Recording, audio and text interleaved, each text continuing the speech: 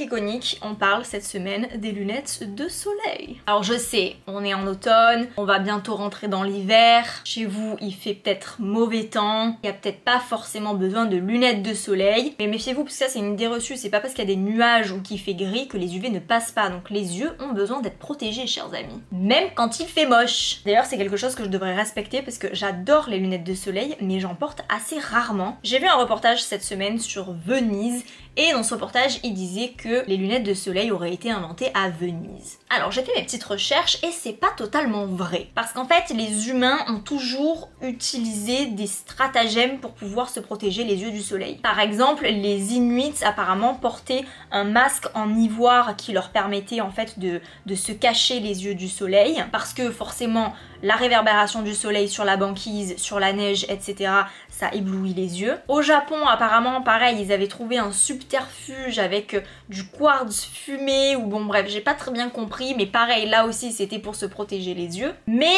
moi, je vais vous raconter donc les racines italiennes. Donc il faut savoir que la Bibliothèque nationale Marciana, qui est basée donc à Venise, possède un exemplaire hyper rare et hyper vieux de ce qu'on peut apparenter aux toutes premières lunettes de soleil. Donc c'était une monture en écaille avec, je vous le donne dans le mille, des verres de Murano. Parce que l'une des spécialités de Venise et de sa région, c'est, vous le savez, les souffleurs de verre. D'ailleurs l'appellation verre de Murano est hyper connue. Et justement les souffleurs de verre, eh bien soufflaient des verres pour pouvoir mettre sur ces lunettes là. Donc le verre était de couleur verte, parce qu'apparemment c'était la couleur qui protégeait le mieux des UV. Parce que oui, mesdames et messieurs, ces verres là protégeaient vraiment des UV. Incroyable. Je salue déjà la perfection du truc quoi, c'est dingue. D'ailleurs quand on regarde cette paire de lunettes, enfin moi je trouve que ça ressemble vraiment à ce qu'on met maintenant quoi, hein, donc c'est fou. Bon, quoi qu'il en soit, c'était, comment dire, un accessoire hyper cher quoi.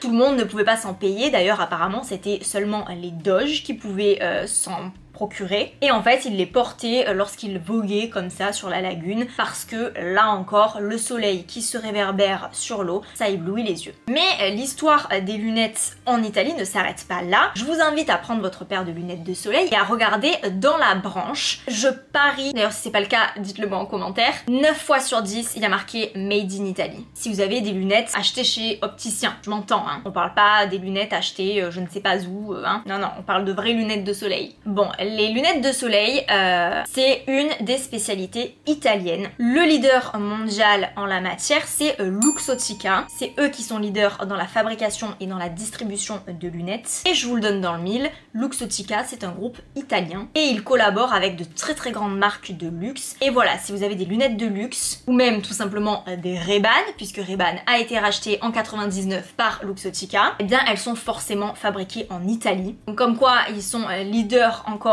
aujourd'hui. Mais entre le 18e siècle et aujourd'hui, il y a eu quand même une autre personne dont il faut parler quand on parle de lunettes. Il s'agit de Giuseppe Ratti. Giuseppe Ratti. Et il n'est autre que le fondateur de la marque Persol. Donc ça je l'ai appris et très contente d'avoir appris un nouveau truc. Mais en fait la marque Persol c'est dérivé en fait de l'italien per il sole, donc pour le soleil, Persol. C'est trop cool, je ne le savais pas. Bref, Giuseppe Ratti, c'est à la fois un photographe et un opticien, il vient de Turin, et au début du XXe siècle, il crée sa marque de lunettes de soleil, et il va inventer l'un des modèles iconiques en matière de lunettes de soleil. Je vous la mets à l'écran. Une paire qui va donc être portée par des grands noms du cinéma, par des grands noms de la politique, qui vont être copiées, reprises, et donc il va vraiment impacter le design des lunettes de soleil. Même si aujourd'hui il y en a pour tous les goûts. Les lunettes de soleil aujourd'hui c'est un accessoire de mode, donc il y en a des fantaisies, il y en a des très fonctionnels. Mais en tout cas voilà, j'ai trouvé ça très intéressant de me documenter là-dessus parce que j'ai appris plein de choses que je ne savais pas. Et j'espère que j'en ai fait de même pour vous.